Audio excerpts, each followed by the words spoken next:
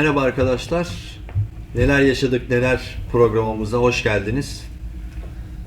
Dilerseniz direkt konuya böyle bodozlama girelim. Bodozlama girelim mi abi? Girelim tabii herhalde. Neler yaşadık neler. Haydi bakalım. Kimden başlayalım hocam? Vallahi büyüklerimizden başlayalım. En yaşlımız kim? En yaşlımız sen mi karar ver. Bence kimden başlanır? Hocadan başlanır. Hoca anlatsın ki bize yol göster. Ben en son başlayayım abi. Bize hoca yol göstersin. Sen Burkan Hoca başlangıcı siz yapın çünkü Evet. konuya hakim olarak. Evet. Mehmet abi o zaman sen başla. Tamam, bu konuyu bence hemen kapatalım. Nereden başlayalım? Anlatalım bari. Beklentilerden Ya beklentilerden başlayalım. Anlatalım. İlk sezonda biz ne bekliyorduk? Nasıl bir tepki bekliyorduk? Ne bekliyorduk, ne gördük? Evet. Buradan başlayalım. Yüksel abiden soldan başlayalım. Öncelikle merhabalar diyorum arkadaşlar sizlere. Merhaba abi. Beyaz zenciler. Adında bile bir ironi var. Ya neden beyaz zenciler dedim. Dedim siyah olmadığı için beyazı. Yani bu toplumda hepimiz birer beyaz zenciyiz yani. Filme başladık, ettik. Filmimiz yani dışarıda, sokakta olan bir şeyi seyirciyle buluşturmaya çalıştık. Ne kadar başarılı olabildik o tartışılır. Seyirciye ulaşma konusunda bir amatörlükler yaptık. Tabii bu sosyal medya dediğimiz olgu derin bir şey. Geniş halk kitlelerine ulaşmamızda filan. Başta bir zorluk çektik ama sonra sağ olsun Furkan kardeşimizin sayesinde o dönemi aştık şu anda. Belli bir sayılara doğru geldik. Ama Türkiye'de sanat yapmak zaten kolay bir şey değil. Çünkü sosyoekonomik yapısı olsun, ne bileyim politik yapısı olsun ülkenin bizim o eski dönemlerimizdeki gibi değil maalesef. Yani bir espri yapıyorsun falan filmde işte ne bileyim bir acaba ne tepki alırız? Şimdi korkuyla sanat yapılmaz. Ama biz elimizden geldiği kadar bazı tabuları yıkarak hakikaten de tepki çekeceğimizi de biliyoruz. Mesela dizimizin içerisinde yani kullandığımız kelimeler filan ilk bakışta tuhaf geliyor. Ama sokak öyle. Şimdi toplumda akşama kadar küfür eden insan, Gelip tamam mı? senin dediğin Ağza alınmayacak laflar eden insan bir pozisyon geldiği zaman ne kadar medeni. Bu ikilem çok kötü. Balla kesiyorum lafını. Estağfurullah. O konuda çok eleştiri aldık. Çok küfür var diye. Sanırım bu insanlar dizi izlememişler. Yani ben Erşan Kuneri'ye falan baktım. Neydi o YouTube dizisinin adı? Nemlizade. Nemlizade'yi falan da izledim abi. Küfürde gerçekten birçok diziye göre çok masumuz. Masum Yani olan. çok nadir kullanılan bazı küfürler var. Onlardan çok eleştiri aldık. Ben bilmiyorum yani o kadar çok küfrediliyor ki diğer dizilerde baktığın zaman. Yani adam senaryo yazarken sadece uçkurunu düşünerek yazmış. Sadece bel altı esprileri üzerinden bölümler yapmışlar. İşte aynı yere geliyoruz. Demek ki her ne kadar dizi eleştirseler bile onun müşterisi var ki o kişiler o dizileri yapıyorlar, ediyorlar. Evet abi. Biz burada yapılmayanı yapmaya çalıştık. Bizim dizimizde dikkat edersen sen daha bu konuda teknik olarak bilgilisin. Amerikan sinemasından tut bizim eski tülahat dediğimiz sanata kadar yapılmayanı yapmaya çalıştık. Yani absürtler içerisinde absürt. Yani çok sahneler var ki biliyorsun zaten özel. Seyirci bana diyor ki şimdi ya diyor abi diyor o da diyor saçma olmuş. Diyorum saçma olmuş diyebiliyor musun? Biz başardık. Yani mevzu bu. Şimdi arkadaşlar, yani biz güzel bir değişik bir senaryo yazılmış. Yani ben hayatımda tahmin edemeyeceğim kadar komik, yani akıl dışı sahneler ve gerçekten oyunculuk hayatımda çok zorlandığım sahnelerle de karşı karşıya geldim. Ve çekerken bile yani gülmekten yani çekemediğimiz çoğu sahnelerimiz, yani benim bulunduğum sahnelerin zaten tamamını gülmekten çekemedik. Yani bu proje nedir? Absürt komedi ama çok absürt, yani aşırı derece absürt. Yani komedinin tam dibi yani. Komedinin dibi mafya, aşk, macera var, sürükleyici. Bunu hani herkese hitap etmesini beklememiz mümkün değil. Yani herkes komedi sevmeyebilir. Sevecek diye bir şey de değil. Yani şartımız yok yani. Absürt de sevmeyebilir. Sevmeyebilir yani. Absürt de sevmeyebilir. Yani onu zorlayamayız. Yani bir kitlesi vardır. Beğenmeyebilir. Yani kötü yorumlar yapanlar da görüyorum. Yani adam profil resmi yok, bir şey yok. Saçma sapan yorum yapıyor. 2 tane diyor figüranlık yapıp da diyor oyunculuk mu? Oyuncu mu zannediyorsun kendini? O çok güzel bir şey. Yani öyle yapması bile. ya kardeşim sen kimsin? Bak profile kim? Bu adam nedir? Ben Demirtürk yani IMDb'de kim bu adam yani? Bir bak Allah rızası için bir bak da. Ondan sonra herkes tahmin ediyor Bir şey diyeceğim zaten. İbrahim abi. Bize takan birkaç kişi var, böyle bir grup insan var. İşleri güçleri yok. Abi postlarımızın altına uzun uzun bir de yazıyorlar. Sen işte bu işi beceremediniz siz Evet kardeşim. abi, beceremedik. bilmem ne kar- Ben her yerden engelledim. Niye biliyor musun? Engelleme Hayır. abi. Niye biliyor musun abi? Tamam haklısınız ama çok ağır küfürler de var. Olsun abi. Abi ben Olsun, ne bileyim, o kişinin kaldıramıyorum. içini ortaya koyan bir sayfa. Meyve veren ağaç saçlarını evladım bunu unut. Onu engellemeyeceksin abi. Abi adama bir de zorla bir şey izletmiyoruz ki. Tamam, şimdi. istediği- Abi onun Ya- altına beğeni atacaksın. Şeyin Sonra bak- onu 10 gün sonra, 20 gün sonra bakacaksın ki abi ben yanılmışım deyip dönecek adamlar var orada biliyor musun? Var abi. Sana bir şey söyleyebilir miyim? Sayın Furkan bak Herkese açık. Mehmet abi bilir. Eskilerde Türkiye'de bir tane sanatçı vardı, Allah rahmet eylesin, Erol Taş. Antalya Film Festivali'nde Susuz Yazlar ödül alınmış. Antalya Film Festivali'ne katılıyorlar. Seyirci yapmış olduğu rol o kadar yüksek ki seyirci eline ne geçirse sahneye atıyor. Taş atıyor ya, kafası gözü kırıldı adam. Tamam mı? Evet. O da diyor ki atın diyor, sayın seyircilerim diyor. Bak sayın demiyor ha, sayın seyircilerim diyor. Bu çok önemli. Ondan sonra siz bana diyor ekmek atıyorsunuz diyor. Doğru, doğru. Şimdi oradaki çağ değişti şimdi. Şimdi taş atmıyorlar da bu sosyal medyada atıyorlar. İstedikleri hakareti, istedikleri küfürü, istedikleri eleştiriyi yapsınlar. Abi Kapalı olacağız. konumuz eleştiriye gelmişken İbrahim abi sen devam edeceksin, kusura bakma Estağfurullah. şey yaptım. Konumuz eleştiriye gelmişken bazı noktalarda şimdi ben dostumu, akrabalarımı dinliyorum eleştiri konusunda. Eleştiriye açığım abi. Çok seviyorum ben. Eleştirmeyi seviyorum. Hatta bir YouTuber video yaptı ya, işte sesler, işte müzikler çok yüksek oldu şeklinde eleştiriler yapmıştı. Ben aldım eleştiriyi. Sonraki montajlarımda düzelttiğim ki daha çok yaşa kardeşim. Elhamdülillah. Sen de gör diyecektin ama Sağ unuttum. olun size de. Dikkate aldım. Yani Bir iki olumlu- arkadaşım Olumlu eleştiriye açığız tabii. açığız. Yani eleştir, olumsuz da eleştirsin beni. Açığız Mantıklı ama olması lazım. arkadaşım bana diyor ki işte burada niye yankı verdin? Burayı niye hiç diyalogsuz bıraktın? İşte burada niye bu kadar çok diyaloglu? Şimdi buralara ben karşıyım. Niye biliyor musun? Bu tercihsel bir mesele. Tercihsel mesele, yani ben orada bir tarz belirledim. Sen bunu beğenmeyebilirsin. Sen bunu sevmedin. Evet, sıkıldın belki. Mesela o kafelerde, işte kafe sahnelerinde tek planlı bir giriş oluyor ya her mahkeme. Tamam. Orada mesela eleştirildi ama oraya bayılıp ulan bu muhteşem bir şey olmuş, yeni bir şey katmışsın diyen de var. Şimdi sen orayı eleştirirsen kardeşim burası eleştiri değildir. Bu tercihseldir. Ama Furkan'cığım yani bu toplumda sen sanat olarak yani ne bileyim kültür altyapısının bu kadar yüksek olan bir toplum değil. Hayatım bak dinle. Kütüğün ağlamasına ağlayan milyonların olduğu bir toplumdan bahsediyorum. Ve burada sanat yapmaya çalışıyorsun. Ama bu biraz şeye benziyor. İşin zor. Zor biliyorum. Kolay mesela. değil. Ama bu biraz şeye benziyor biliyor musun? Misafir evime geliyor. Diyor ki senin bu halın niye kırmızı? Ya senin bu televizyon seçimin niye böyle? Sana ne kardeşim? Bu bir tarz. Ben burada bir tercih yapmışım. Beni eleştir, beni mantıklı eleştir. O YouTuber gibi. Ben de düzelteyim. Ben gözden Ama kaçırmışım. ben de Bunu şunu, yapmamam ama ben lazım. de şunu söyleyeyim. Biz kendi enerjimizi onların bizim eleştirmesine eleştirerek cevap vermemiz kendi enerjimizi, her şeyimizi yok eder. Ben yani ne derlerse desinler bir kulaktan girip bir kulaktan çıkmasından yanayım. Bu bizim moral motivasyonumuzu, önümüzdeki projeleri etkileyecek bir boyut almasını istemem. Yok. Kararsızlık, böyle ne bileyim bezginlik. Çünkü ya bir şey vardır, Anadolu'da bir söz vardır. Çok severim ben bunu. Suç haklını bulur. Evet, doğru. Yani istediğin kadar sen de ki bak mesela bizim bu dizimiz için uğraşalım. İstediğimiz kadar uğraşalım. Tamam. Eğer onun olacağı varsa o milyonlara hatta milyarlara bile ulaşır. Öyle abi. Ben bir şey söyleyebilir miyim? Sıkmamak gerekiyor. Buyur abi. Lafınızı Tabii, cevap sen- lafını Tabii seçtim. ya ben diyor.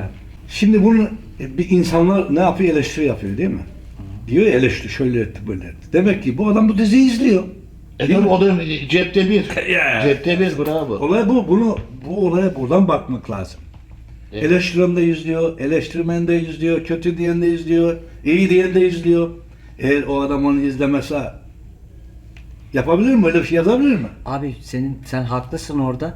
Gitsin nereye istiyorsa yazsın ama kişisel, tercihsel eleştirilerini bizim yüzümüze yapması biraz saygısızlık. Sen bu Abi. kazağı niye giydin oluyor. Hocam hiç ona bakmayacaksın. Bakmayacaksın. Sen olaya ne bakacaksın biliyor musun? Az önce dediğim gibi.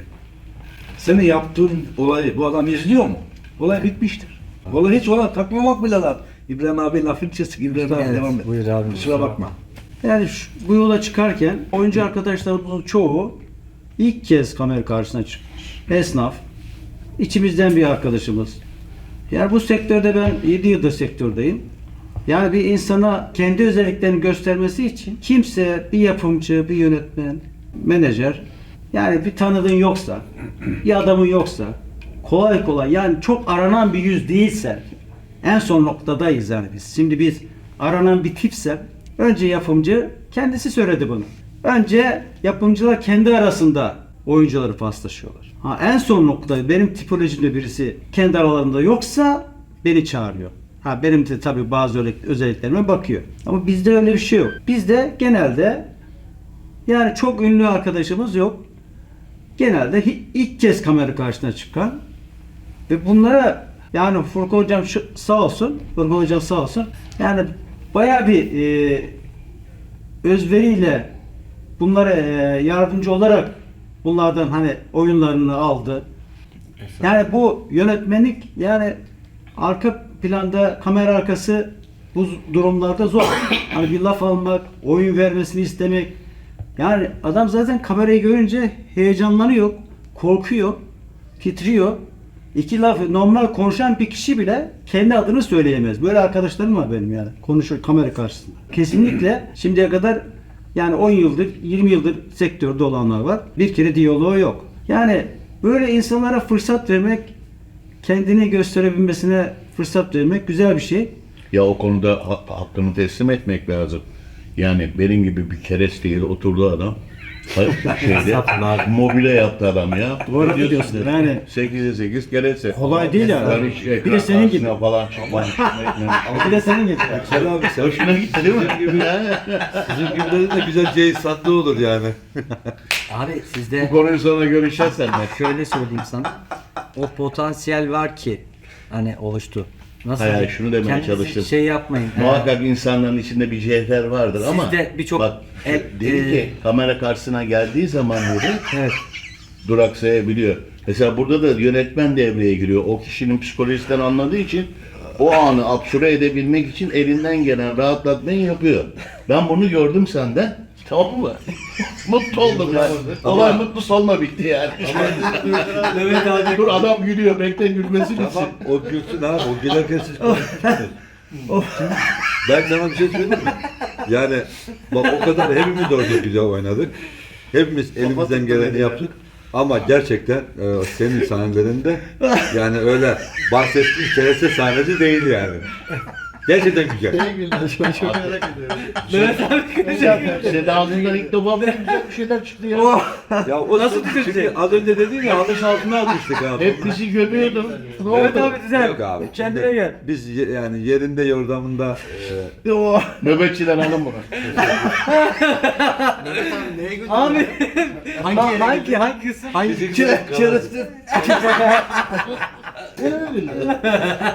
Abi durdurama kendini. Bir su var mı farklı? Yok mu? ya Yok. Adam beni övüyor, sen hemen gülüyorsun. Adam bunu Bir de ilk bir ama ya sen geçti ya. Ses kesildi de ya. Yine başladı. Pardon. Sesi kesildi. Tamam hadi. Anlayalım hadi. Evet abi çok fena krize gidiyor. Bu şey gibi oldu ha. O bir ara arka otobüs sahnesi var ya orası gibi oldu. Çekemedik geldim. Ben size söylemem lazım ama unutmadan. Çok özür dilerim arkadaşlar. Yüksel abi hani diyorsunuz ya size gelene kadar birileri çok kişiyi eledim. Daha beterleri var öyle söyleyeyim size. Dışarıdan esnafa denk geldiğimde bana şöyle diyorlar hep. Abi bana da bir rol versene ya. Dışarıdan şeyi görüyorlar. basit zannediyorlar onu. Evet biliyorum onu canım. Yemin ediyorum o kadar zor bir şey ki aslında. O yaparım Çok yeni zor. geldiği zaman orada Furkan hocam tabii ki basit. Gece saat 3.30'da 4'te bizi Yeni Doğan sokaklarında koşturuyor. Veya eksi bilmem kaç derecede ormanda çekim yapmak ne kadar kolay ya. Ya sorma ya. Hele ki Kışın o yani. sahnede Hayır. kim var? Kimse yok burada. Oralar şey, Anlıyorsunuz değil mi o? çıplakmış. Ya inanır mısın? Aylarda bu aylar belki de ha. Yani bu aylar. Ne? Abi biz giymişiz böyle birkaç tane. Neydi onun adı? üstümüz açık. Ya işte gitmiş çaldık Çok işte fazla ya. spoiler verme Çok istersen. spoiler Çaldık Yani zaten. sezon hakkında. Abi inanır mısın? Bizim yani 12'den akşam 6.30'a kadar yemin ediyorum elimizi buraya koyduğumuz zaman var ya ısınıyoruz. Ve çırılçıplak. Abi o orman parkta var ya inanır mısın? Gördüm Çok ya. harika bir sahne oldu ama var ya. Böbrek bölümü gerçekten Böbrek benim evet. çok fena. Yani Bir de- 5-6 kişinin çırılçıplak olduğu Açıklama. ormanda geçen bir bölüm. Açıklama. Yok çok değil, spoiler vermiyorum. Spoiler vermiyoruz ya. Özet yani. Özet. Çıplak birkaç karakter ormanda geçiyor bölüm, onu diyor. Ve hava buz gibi. Ama ben şurada şundan bahsedeceğim. Şimdi fiziki anlamda son gece bunları geçtik. Oyunculuk bakımından hani senin başarını, Yüksel abinin başarısını konuşmak istiyorum. Şimdi Mehmet Ali abi yıllardır bu işin içinde, İbrahim abi yıllardır bu işin içinde, Cemil abi öyle. Alperen'e ayrı bir parantez açacağım. Sonra seni de konuşacağım ben. Beklemede kal yani. Tamam mı? Sabırlı ol. Ben bekliyorum evet. Tamam, biraz daha sık dişini. Erdem abi ve Yüksel abi no name'di. Yani hiç kameranın karşısına çıkmamış. Bu arada Halil abi de var tabii. Halil abi de var. Hüsam. Halil abi. O da bugün katılamadı. Değerli büyüğümüz. Şimdi şu vardı. İnsan isterse olur. Başaramayacak bir şey yok. Ben bunu gençlere söylüyorum. Yani ben yapamıyorum. ben şunu yapamıyorum diye diyen adamla hiçbir iş yapma abi. Abi ben yapamam. Şimdi yola çıkmadan bir şey göremezsin. Bir adam ben yapamam diyorsa hiç sokma. Ama şu da tehlikeli bak. Şimdi bu çok güzel bir çizgi vardır orada. Ben bunu yapamam. O çok Bak, tehlikeli. tehlike. Ama ben her işte yaparım var. O da tehlike. Evet. Bir de kabiliyet meselesi. Bakın yapılacak iş şudur. Hatta bir Japon atasözüdür bu. 1 saat mutlu olmak istiyor musun? 12 ile 1 arası kestir, uyku yap. Bir gün mutlu olmak istiyorsan balık tut. Bir hafta mutlu olmak istiyorsan tatile git. Bir ay mutlu olmak istiyorsan evlen. Hayatın boyunca mutlu olmak istiyorsan bildiğin işi yap ve sevdiğin işi yap. Aynen öyle. Onun dışında yaptıklarında başarılı olamazsın. Şimdi biz de sinemayı sevdiğimiz iş için yapmaya çalışıyoruz. Ha ne kadar başarılı oluruz olamayız o da takdir yukarıya yani biter. Biz bu yola çıkarken hani bir aşkla çıktık. Herhangi bir beklentimiz yok. Elimizde bir 4K kamera. Gönüllülük esasıyla çıktık. Yani cebimizde tomarla paramızla çıkmadık. Dolayısıyla yani çok fazla beklentimiz yok.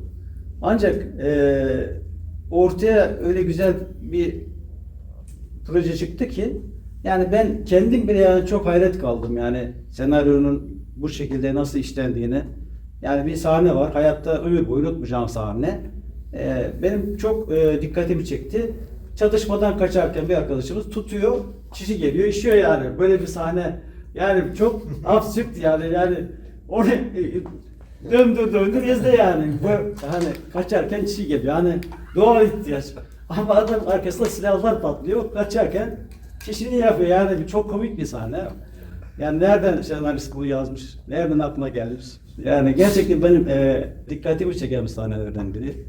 Buna benzer bir sürü sahne var da yani benim unutmayacağım bir sahne ilk bölümde. Yok senin sahnede unutulacak bir sahne. Yani ben de şimdi o yaptığım hareketleri nasıl yapmışım, nasıl kaçmışım falan Yani- kulak memesi sahnesinde Evde izliyor musun? izliyorum. O Bizim orman- hareketler falan bakarken böyle Orman- sert bakışta birden tepki falan nasıl vermişim hayret ediyorum kendime yani bazı sahnelerde. Dağ evindeki sen şöyle gece çekimlerindeki yapılan drone çekimlerinde biz orada film icabı karnımızı doyurmamız. Film icabı mı yoksa gerçek mi? Açlıktan ölüyoruz ama Film gerçekten. icabı acıktan ölüyoruz. Biz çekimdeyiz ya. Siz yiyorsunuz orada götürüyorsunuz lop lop lop menemeniz. Çekim başlasın. Canımız çekiyor. Açık mı çekiyor? Saat olmuş 1.30 mu 2 mi? Ne Allah'ın daha Ama kimse ne yok. maceraydı ya. Daha evi çok sardı. Sen nasıl menemen yapıyorsun öyle? Çok lezzetli oldu ya. Yapar o. Yapıyor Beceri- abi. Çok Ben beceri- yapmadım. Bir aylık bir çekimimiz oldu. Tabii zor şartlar altında. Kimimizin Hüseyin amcam vefat etti, kıymetli amcam. Onun haricinde deden. İşte ölümler oldu. Deprem oldu. deprem oldu. 6 Şubat depremi. Yani neler atlattık. 28 gün çekim yaptık arkadaşlar. Ama son 23 gün üst üste yaptık. Evet işte orada Bir ay, hızlandık. 1,5 ayda Aslında tamamladık. aynen 1,5 ay civarında tamamladık. Benim beklentim zaten ilk o toplantıda ilk birbirimizi böyle tanışma amacıyla gerçekleştirdiğimiz o toplantıda beklentimi söylemiştim. Dedim bu dizi tutabilir. Çünkü Türkiye'de eşi benzeri yok. Yok yani bulamazsın. Gidip de araştır bulamazsın. Ve konunun absürtlüğü sürekli olarak devam etmesi, bölümlerin birbirini katlaması izleyiciyi en azından etkileyeceğini düşünmüştüm. Hala da öyle düşünüyorum. Ki ikinci sezonu daha iyi geçecektir diye düşünüyorum. Birinci sezona göre. Bir sonraki bölüm öncekinden daha iyi oluyor hep. Bunu zaten birden daha iyi oluyor. izleyiciler Kat kat üstüne zaten koyuyor. benim favorilerim 3 ve 5 sezon finaliyle 3. bölüm. O İbrahim abinin oynadığı sahne falan. Kahramanların sahneleri. Ya ben kendi sahnelerim de dahil diğer karakterlere baktığımda hep olumlu izlenimler var. En kötü bölümünüz 4 diyen var. 4'ü ben de sevmiyorum. Kendimizi de gömelim biraz bence. 4'ün özellikle derin devlet sahnesi falan yani o yankı olayını çözemedim yani. Orada sıkıntı yaşadık biraz. Öyle bir sözünü kestim. İyi Kusura yapmış bakmayın. bu ya. Abi derin devlet sahnesi. Evet doğru söylüyor. 4. bölümde Murat Bey'de olan sahne mi? evet. Hadi, peki şey olan ne? Abi o sahne her konuda eleştiri alıyor. Yani Ha Ses yankı olarak En iyi bir sahne de çeksen gene eleştiri yapar bu halk. tabii. Çünkü şimdi mesela gittik örnek konuşuyorum. Bir tane stüdyoya gittik. Adam ne dedi? Abi işte bu filme bu ses aynen öyle bir saçma eleştiri aldık ki. yani adamın hiç alakası olmayan bir şey yani. Zaten bu absürt zaten. Burada bir kopukluk olsa da problem yok. Olmasa da problem yok. Adam her şeyini bir şey bulacak ya. Adam sadece diyor ki ses Ben de diyor. vardım, Yani biliyorum bu canım. filmin Ha, sesi sende bu var. olmamalı. İbrahim abi Beraberdik dedi ki, değil mi? dizi içinde dizi ya şimdi amatör bir ekip çekiyor ya ses aşırı kaliteli kalitesizleştirin yani duruyor yapay duruyor gibi bir şey dedi.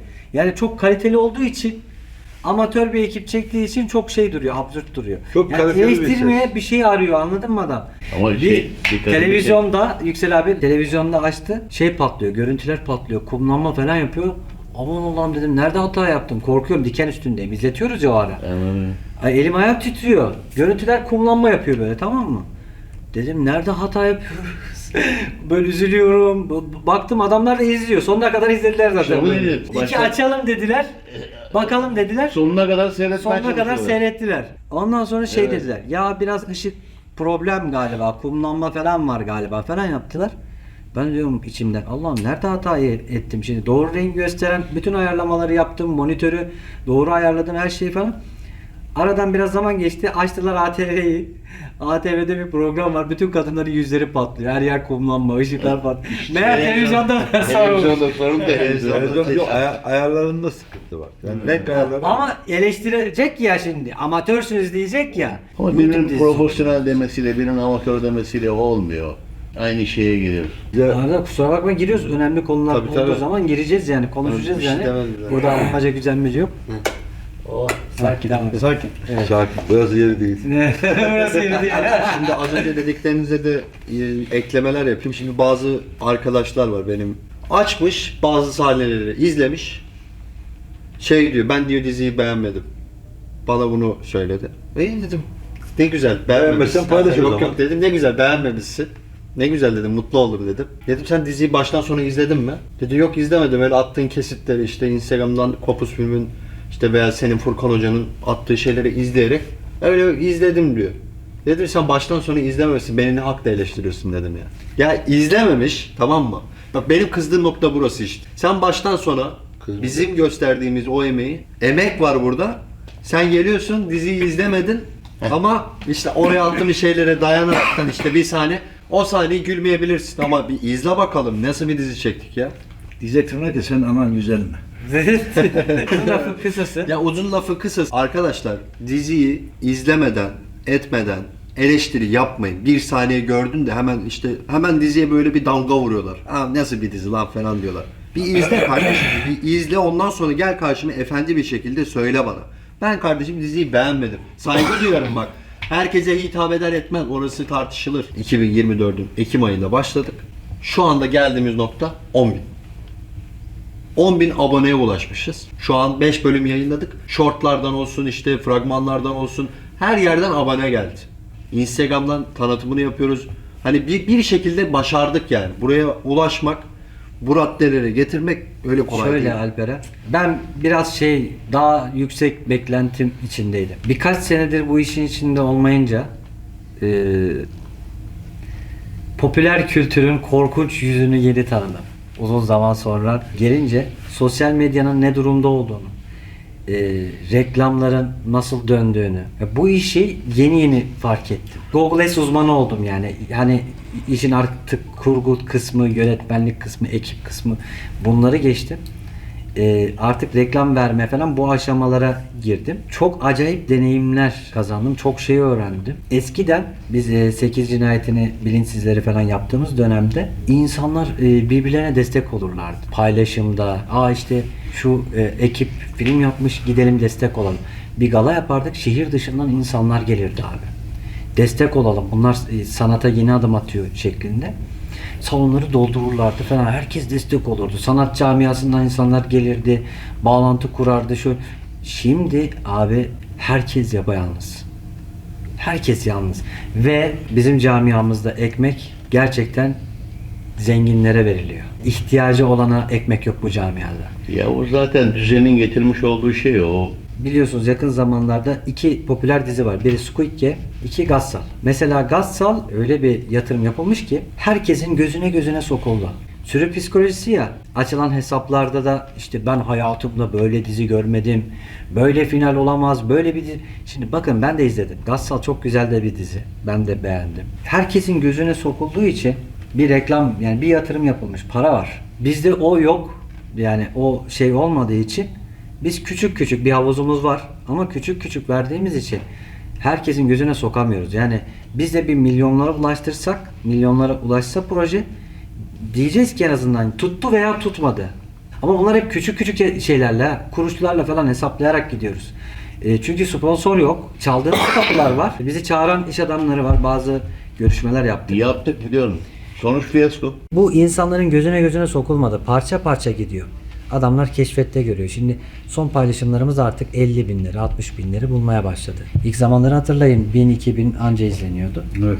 Şimdi keşfette dönüp duruyor videolar. İşte 40 yılın başı bir dışarı çıkıyoruz. İşte her yerde tanımaya başladılar. Bunlar güzel şeyler. Biraz daha sabır gerekiyor. Şimdi ikinci sezon için işte daha iyi bir kitleye oynayacağımızı düşünüyorum ben. Hani az önce dedim ya, popüler kültürün korkunç yüzünü gördük. Çok yalnız bırakıldık. Çevremiz de yalnız bıraktı. Şimdi öyle bir süreçteyiz ki hani bizim aslında şu anda yaşadığımız süreç bayağı zor ve bu yaşadıklarımızı birçok dizi ekibi yaşamış. Hatta programlarda anlatıyorlar. Bu bizim yürüdüğümüz yollardan geçmişler abi. Yaklaşık 1,5 sene önce tanıştık ve şu anda buradaki oyuncu arkadaşların hepsine teşekkür ediyorum. Hepsi candan, içtenlikle, karşılığında bir menfaat gözetmeksizin olduğu için, yani herkes burada etiyle tırnak arasında bir mücadele var. Gerçekten güzel bir oluşum. Bu da bizi mutlu ediyor. Biz sadece sosyal medyadaki insanların bizi eksiğimizle fazlasıyla beğenilerini yapmalarını tavsiye ediyoruz. Ben mesela o kadar paylaşımlar yapıyorum. İnanır mısın? Ama bazen de görüyorum, mesela yakındaki arkadaşlarımızı da görüyoruz. En yakın arkadaşlarımız, abi ne zaman film çıkacak? Abi 5 bölüm yayınlandı diyorum. Şu an girince Allah Allah diyen insanlar, o kadar paylaşım yaptığımız halde ve durumuna varana kadar, Face'te durum atana kadar, ondan sonra Face paylaşımlarına kadar, Instagram paylaşımlarına kadar bir yerde bir yanlışımız var olduğunu fark ediyorum ama inşallah bunu da fark edeceğiz Furkan Hocam. Çünkü güzel bir aşamada gidiyoruz. Ama ne yazık ki ya aman neymiş deyip de bir beğeni atmayan insanlarımız da var tabii ki. Şimdi benim düşüncelerim arkadaşlar, iyi ki bu ailede katılmışım. İyi ki bu insanlarla tanışmışım. İyi ki Furkan Hocam'la tanıştım. Altan'la, bütün arkadaşlarla tanışmışız. Gerçekten güzel bir grup. Güzel bir dizi çektik. Absürt bir dizi çektik. Çok şahane. Tabii ki eleştirisi olacak. Eleştirisiz bir şey olmaz. Gidişatımız bana göre güzel. 100-200 bin civarlar olmuş. 5 bölüm yayınlamışız. İyi gitmişiz. Tabii ki bizim çok paramız yok. Çok reklam edemiyoruz. Ama yine de bu şekilde yapmaya çalıştık. İyi gittik gibi gözüküyor. Tabii ki hemen bu bir ayda 2 ayda olacak bir şey değil bu yani. Bir diziler oynuyor, bir sene uğraşıyor adamlar, bilmem ne yapıyor, şu oluyor, bu oluyor. Mehmet abi onlar maddiyatla Ha işte yapıyorlar. diyorum ya. Biz de ne yapıyoruz? İşte ben dükkanımı kapatacağım. Ben 9'dan sonra gidebiliyorum. Biz gece saat 4'lere 5'lere kadar sokaklarda çekim yaptık. Büyükler parayla maddiyattan işi bitirmiş. Biz de maneviyattan, alın terimizden beraber uğraş veriyoruz. İnşallah halledeceğiz. Başardık, başaracağız. İnşallah Allah'ın izniyle beraber. Bu çok güzel bir olay yani. Tabii başar yani. Başarmamız çok güzel bir şey. %100 başaracağız değil mi arkadaşlar? İnşallah. Zaten Allah'ın izniyle beraber. Tırnaklarımızla beraber kazıdık. Alın teri yaptık. Gece uyumadık. Gece soğuk yedik. Ne bileyim bir sürü her şeyimizden vazgeçtik. Bir emek verdik. Tırnak kazıttık. Yine de kazıtıyoruz. İnşallah Allah'ın izniyle beraber geleceğiz. Şu an gidişat iyi abi. Süreç şu anda iyi noktaya getirdi bizi. Bekliyoruz, evet, sponsorluk falan bekliyoruz ama İşte bekliyoruz. yani herkes şunun peşinde. İşte bir insanlar bize bir el uzatacak. Elbet birileri çıkacaktır yani. Çıkmasa da biz büyürüz. İşte bekliyoruz inşallah. Hani Ama şunun farkında mısınız? Tırnaklarımla kazıya geldim sözünü ne anlama geldiğini fark ettik yani. Gerçekten o kadar çok büyük bir mücadele ettik ki. Çekim süreci bir tarafa, kurgu süreci bir tarafa. Yani gerçekten çok zor bir yoldu yani. Kolay bir şey değil. Aslında böyle olması çok daha iyi, biliyor musun? Tabii ki. Ben şimdi sen bak para şeyini söylerken bile sıkılarak söylüyorsun. Tam böyle ya kardeşim bize de sponsor olun, bize de para verin deyip yapamıyorsun var ya. Onlar için var ya, sakız parası bile değil. biliyor Ayrı musun? dava, ayrı dava. Ben de şöyle düşünüyorum, kızıyorum ben de. Ya arkadaş bize para pul vermeyin. Abi fikir bile vermiyorlar, inan ki. Hiçbir şey vermeyin. Şu rekabet denilen şey var ya. Hiçbir şey vermeyin. Şunu fark ettim. Bizim bu yaşadıklarımızı yaşayıp da şu anda zirvede olan ekipler programlarında anlatıyorlar. Biz bunları yaşadık, şunları yaşadık. Ne zorluğu. İşte, ama o ekipler biliyor musunuz? Kapılarını çaldığımızda kapılarını açmıyorlar. İntikam duygusu. O intikam duygusu, aynen. Ben dünyadan intikam alırım. Bakın, bu memlekette gerçekten zor şartlar altında yaşayan, bir şeyler üreten, bir şeylere sevdalanan ve bu yolda başarılı olmak isteyen insanlar var. Biz değişmemeliyiz. Şimdi o insanlar bunları niye anlatıyor ki? Hiçbir kıymeti yok. Bunu anlatmanın bir kıymeti yok o zaman, sen intikam alıyorsan. Aslında burada şöyle olması lazım. Biz bunları konuşmadan biz gerçek sanatımızdan yapmak istediklerimizi öğrenmemiz gerekirken bütün enerjimiz bunlara gidiyor. Hiç kovalamamak lazım. Hiç Hiç. kapı çalmamak lazım. Hiç. Ama şunu söyleyeceğim, şu kritik. Merhaba, iyi Az önce günler. dedim ya, çok kritik diye. Eğer birileri fikir verse başında yapmış olduğumuz hataları yapmayacağız. Çünkü o hatalar bize pahalıya mal oluyor. Reklam yapıyorsun, paran gidiyor. İşte zarara giriyorsun, bilmem ne. Ya bilen birileri en azından anlatsın, ya şöyle reklam yap. Şöyle yaparsan daha iyi büyürsün. Şöyle, bu fikir verme dahi yok. Ben işte bu diyorum ya, rekabetin canı cehenneme. Kurtlar sofrası hayat. Kurtlar sofrasının canı cehenneme abi. Evet. Şu egoyu artık kaldıralım. Birbirimizi sevelim ya. Birbirimizi paçasından çekip düşürmeyelim. Bu bizim etrafımızda da oldu yıllarca. Sürekli ayak kaydırma çabası, sürekli kıskanma, ben daha iyiyim, ben. Oğlum 3-5 gün sonra toprak olacaksın lan. 100 yaşına kadar yaşasan ne olur? Toprak olacaksın. Şu kibiri, narsizmi çıkaralım artık hayatımızda. Yani bu dünyadan intikam bir şey elde edemeyeceksiniz. Yarın bir gün siz de öleceksiniz. Biz de öleceğiz. Hepimiz toprak olacağız. Dünyalar senin olsa ne olur? Nedir bu? Neyin hırsı bu yani? Bu ekipte senin filmlerinde oynayan ve daha sonrasında yükselişe geçen bazı isimler var. Yani bu isimler hakkında ne düşünüyorsun? Onu da sorayım sana. Ve bir yarışma programına katılan bir arkadaşı daha var, o da. Bu konular hakkında ne düşünüyorsun? O son yaşanan sosyal medyada birkaç bir şey yaşandı. Neler Tamam. düşünüyorsun? Şimdi o yarışmadan viral olan arkadaş, saçma taklitlerle viral olan arkadaş bizim Evrensel Döngü'de oynadı. Benim postumun altına çok saçma bir yorum atmış. Ben o yoruma çok takılmadım aslında. Takıldığım nokta şu. Aylardır beni her tarafa kötülüyor. İnsanlara beni sürekli kötülüyor. Yok beni aç bıraktı. İşte bana sette sürekli sövdü. Yok efendim kostümümü yırttı gibi. Böyle abuk subuk iftiralar, postumatta çok çelişkili konuşmalar var. Yazmış.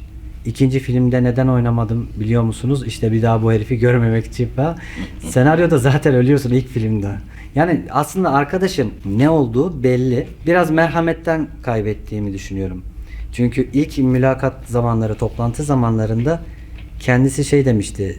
İşte herkes bana söz verdi, kimse şans vermedi falan gibi konuştuğunda kast da uygundu diye ben şans vermek, aile ekibimize almak istemiştim. Merhametli davrandım. Tabii ki de elbette sette fırçaladığım, kızdığım anlar oluyor. Hepimize yapıyoruz. Hepimiz birbirimize o set ortamında oluyor bunlar ama onlar mı zoruna gitti ya da filmden çıkarttığım için, ekipten çıkarttığım için de zoruna gitmiş olabilir. Beni sağa sola kötülüyor, iftiralar atıyor. Onların hiçbiri değil o. O bir şeyleri basamak yapıp çıkmaya çalışıyor ama yanlış gidiyor. Ahlaki değil yani yaptığı. Bir de şunu zannetmesinler hani biz onun sahnesini paylaştık ya taklitte işte Evrensel Döngü filmimizde oynayan arkadaş işte taklitleriyle kırdı geçirdi öyle bir video attık. Hani burada yazdı işte prim yapmaya çalışıyor gibi. Cim cum kimse böyle bir ifade kullanmadı. Biz senden prim de yapmaya çalışmıyoruz. Senin hakkında bir video atıyorsak nasıl kendi sahnelerimizi atıyorsak onunla eşit izleniyor zaten. Biz senden prim niye yapalım nasıl yapalım ki? Bizim zaten yürüdüğümüz bir yol var. Takılmıyorum. Ama dediğim gibi başka yerlere beni kötülediği için bu camiaya ve insanlara benim hakkımda iftiralar attığı için itibar edilmesin. Benim hakkımda söylediklerine itibar etmesinler Seni diye biliyoruz kardeşim. söylüyorum. Kinim nefretim yok. Başarılarının devamını diliyorum. İnşallah daha da yükselir. İnşallah daha da büyür. Bizim kimseye şeyimiz yok. Onun dışında diğer arkadaşı sormuştum. Diğer arkadaş ismini anmayacağım çünkü şimdi belki bizden utanır.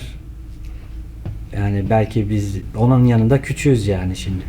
Kendisi çok başarılı. Tebrik ediyoruz. İnşallah istediği yerlere gelir. Çok fazla konuşmak istemiyorum.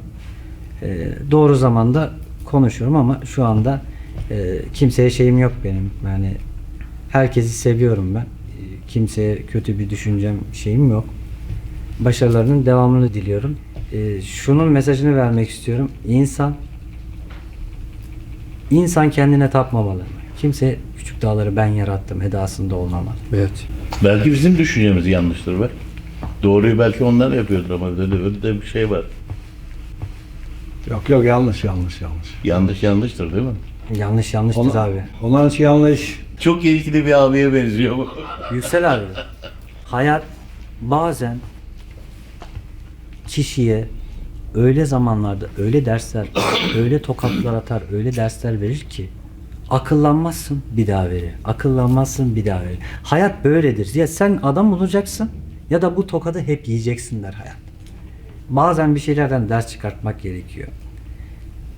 Çok oldum olmamak gerekiyor bence. Ben o arkadaşa şöhretli hayatında yeni çevreleriyle başarılar diliyorum. Ya ben de başarılar diliyorum. Ben hiçbir şey dinlemiyorum kardeşim. Sen Hiçbir şey Mehmet abiden reddiye geldin direkt. Hiçbir şey dinlemiyorum. Yok, Neyse hayır. şimdi Öyle bir de düşünme. bunun dışında şeyler de Başarılı yani olsun, Kardeşim, iyi olsun. Kardeşim, İnsan- adam nedir biliyor musun? Adam nedir biliyor musun? Geldiği yeri unutmayan adamdır. Anladın mı? Adam odur. O madam. Ben ebelim adam. Ne yapalım yani? Ebelim adam. Yapacak bir şey yok. Orada konuşuyoruz işte biz. Ya. Tavuk bir kuluçkaya gidip yumurta yaptığı zaman yumurtasını bırakıyor gidiyor. Yine yumurta yaptığı zaman yine gidiyor diyor. Bak şimdi Mehmet abi dualite var. İyi dinle beni. Ben dua etse muhalefeti anlamam. Anlarsın. Mesela iyi, kötü, çirkin, güzel. Karanlık olmasa ışığın bir anlamı olur mu? Olmaz. Olmazsa bunlar olacak ki, bu numuneler olacak ki bizler de Furkan öğretmenin dediği gibi daha bir boyuta, daha bir üst taraflara gelelim. Bunlar olmazsa Tabii canım bu tarz şeyler olumsuzluklar olmaz. Aslında bunlara bizim teşekkür etmemiz lazım. olgunlaştırıyor Bırak bizi, nefret evet. duygusu. Yani hayatta Ben hiçbir şey edemem ona. ama şu abi Anlatamazsın ki ben mesajı veremem. yok Yüksel abi mesajı verdi. Yok anladım. Bir çok var. Çok özür diliyorum. Ben sana aynı katılıyorum. %1 milyon katılıyor. Ama Yorum mu yapmıyorsun? ama bir dakika şimdi. Furkan Hocam yine burada. Hiçbir selam, hiç kelam yok. Niçin? Az önce ne örnek verdim? Ya şekerim. Hani bu burada ama hiçbir şey yok. Selam yok, kelam. Hayır, orası da değil mevzu abi. Orası da Benim Olay- düşünüyorum. Ben öyle düşünüyorum yani. Yıllarca ilk işinden şu güne kadar destekliyorsun, paylaşıyorsun. Tebrik mesajları her zaman yanında, hayallerin beraber falan filan. Ama sen iş yaptığında bir tebrik mesajı daha yapmıyorsan, Tabii insanın zoruna gider bunlar. Yani bu- Gidiyor yani. İşte ben anlamak istemem bu. Olay bu. bak, benden utanabilir, bizden utanabilir, bizi küçük görebilir, her şeye eyvallah. İnsanoğlu. Ama dostluk sahte olunca ağır oluyor. Bir anlamı yok ya. Evet. Ama şunu- Sevginin olmadığı yerde zaten gerçek başarı gerçekleşmez. İstersen şimdi Furkan istediğin ya. kadar milyonlara ulaş yani. Çok enteresan bir şey var. Ben kendim için söylemiyorum da söylenmiş bir şey için söyleyeyim şimdi size. Adam diyor ki ben diyor hayatım boyunca diyor hiç diyor para biriktirmedim diyor. Paranın da diyor sahtesi var diyor. Ama diyor ben diyor insan biriktirdim diyor.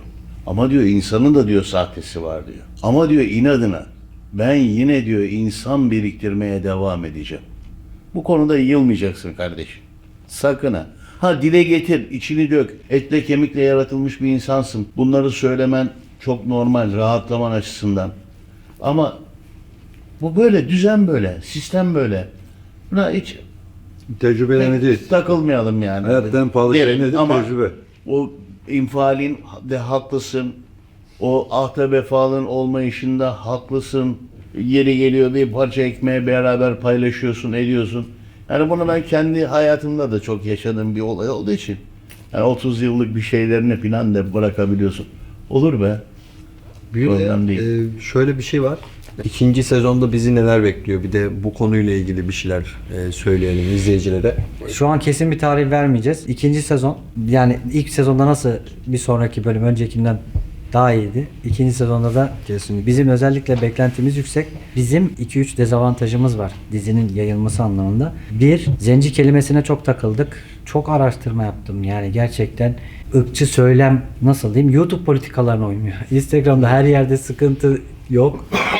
Abi YouTube'da Aslında biz orada hani beyazıyız. Kendimizi aslında şey diyoruz, zenci diyoruz. mevzu zenci kelimesini görür görmez reklamda kısıtlamalar getiriyor. Reklam politikası böyle. Böyle bir sorunla karşı karşıyayız. Yani biz aslında daha çok reklam verebilirdik, daha sağlam reklam verebilirdik ama sınırlı ilerliyoruz. İsim konusundan çok sıkıntı çektik. Bir de şeye takıldık.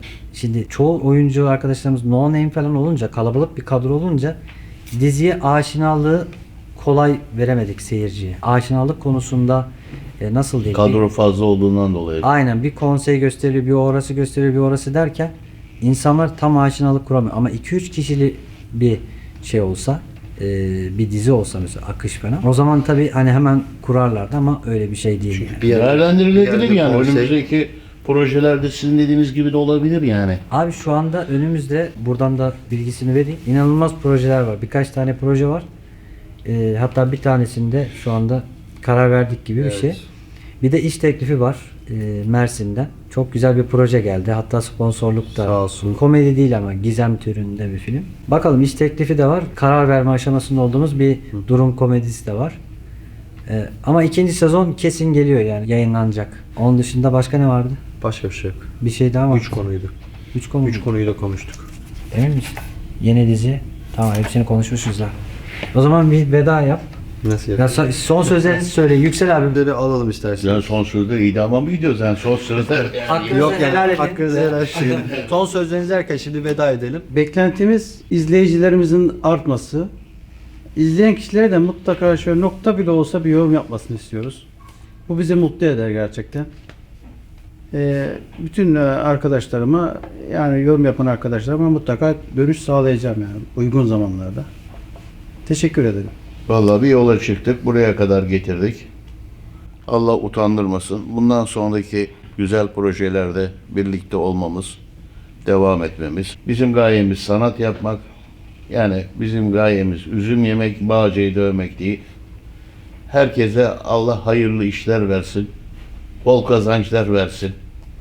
Herkesin boyuna göre mezar, çarşısına göre de pazar versin kardeşim.